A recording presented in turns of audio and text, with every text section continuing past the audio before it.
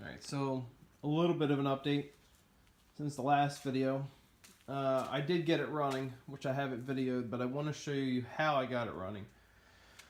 So here's the key switch, and a lot of times when you buy a bike that's been at an estate sale or it's abandoned, doesn't have a key. And before you really want to put any money into it, you want to see if the motor and the drivetrain works. So normally what I do is I hotwire my stuff before I decide to sink any money into it. So this does run.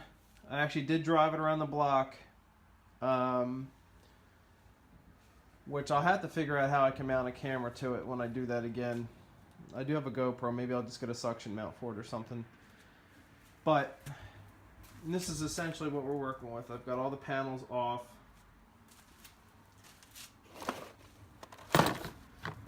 Remove the battery box, and as you can see, all of the aftermarket stuff that the guy had on it is now gone. He had like dual air horns and relays for the box lights, you know, the lights that were on the box and all. I'm like, I don't need all that. I like very minimalistic stuff on my bikes. Actually, anything. I don't like a lot of computerized stuff. So as minimal as I can get everything, the better for me.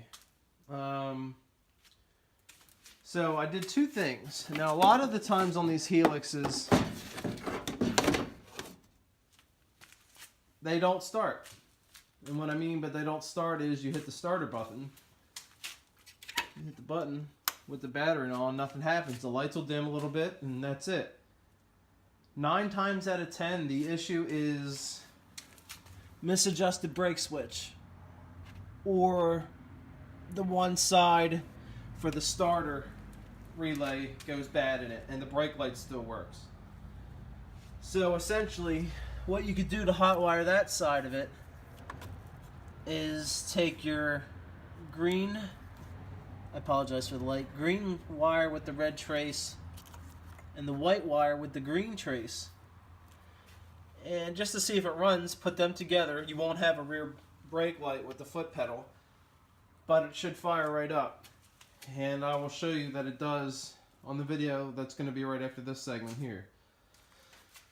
To bypass the key switch, all it is you patch the black wire and the red wire segment together. See, I can see it there, black and red, black and red. And I just make my own jumpers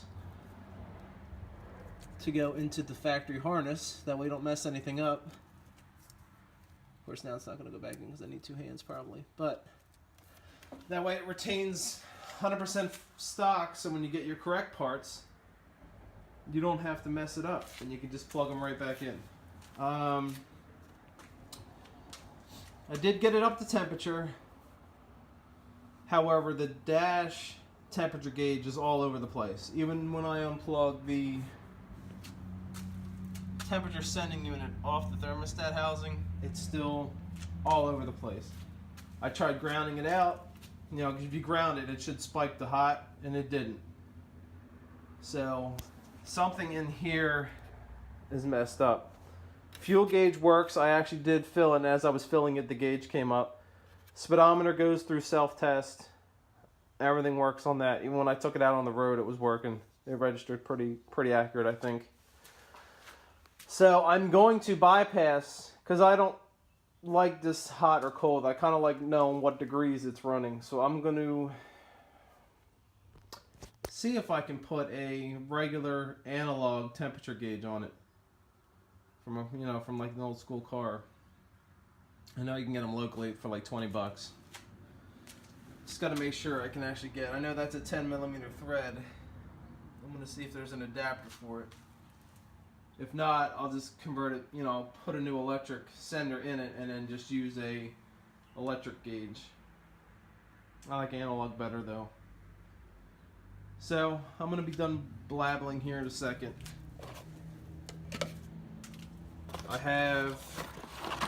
I got a used ignition coil off a 2006 for 10 bucks Honda Helix. So I'm going to put that in. I'm going to take, I don't like aftermarket, I like Honda stuff. I'm going to take that aftermarket coil off. I just don't trust it. And I also got, sorry about the camera work here, I got new to me, but used, all matched keyed lock set with the ignition switch and OEM Honda keys. They're not even reproduction. So this all came off the same bike, which was a 2006. So looking good. So I'm also going to do steering head bearings because it steers a little tight. Like once it reaches full swing, it kind of doesn't bind up, but it feels real heavy on the road. And I'm also going to put rear swing arm and engine carrier bushings on the back. I'm also going to do a fuel filter, change the fluids, probably put a belt in, but it actually felt really good for having 67,000 miles on it. As far as I can tell, the mileage is accurate. So it's pretty much where we're at the point. I'm going to put the running video at the end of this. That's another project I got to get to, is my Cushman.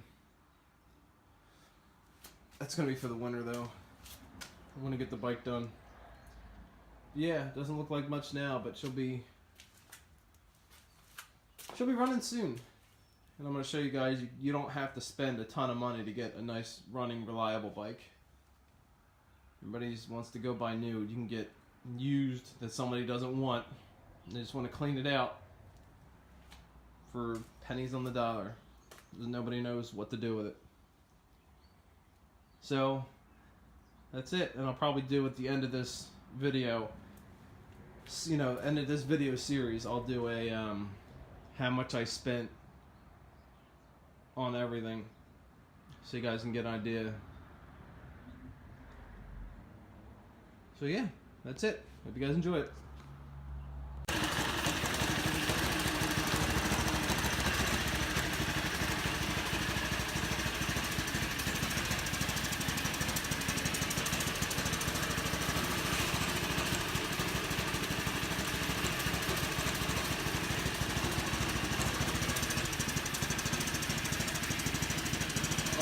Malarkey came out of that bike. So all wired in. Somebody put in. I don't know why.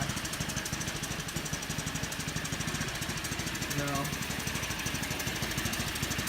I'm gonna start putting it back together.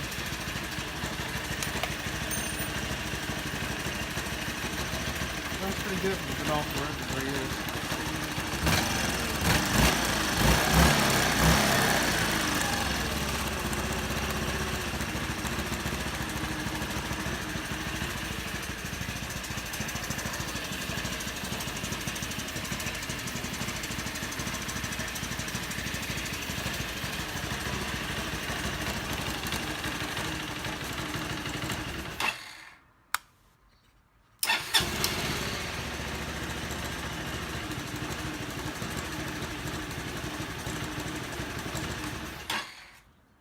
Mm.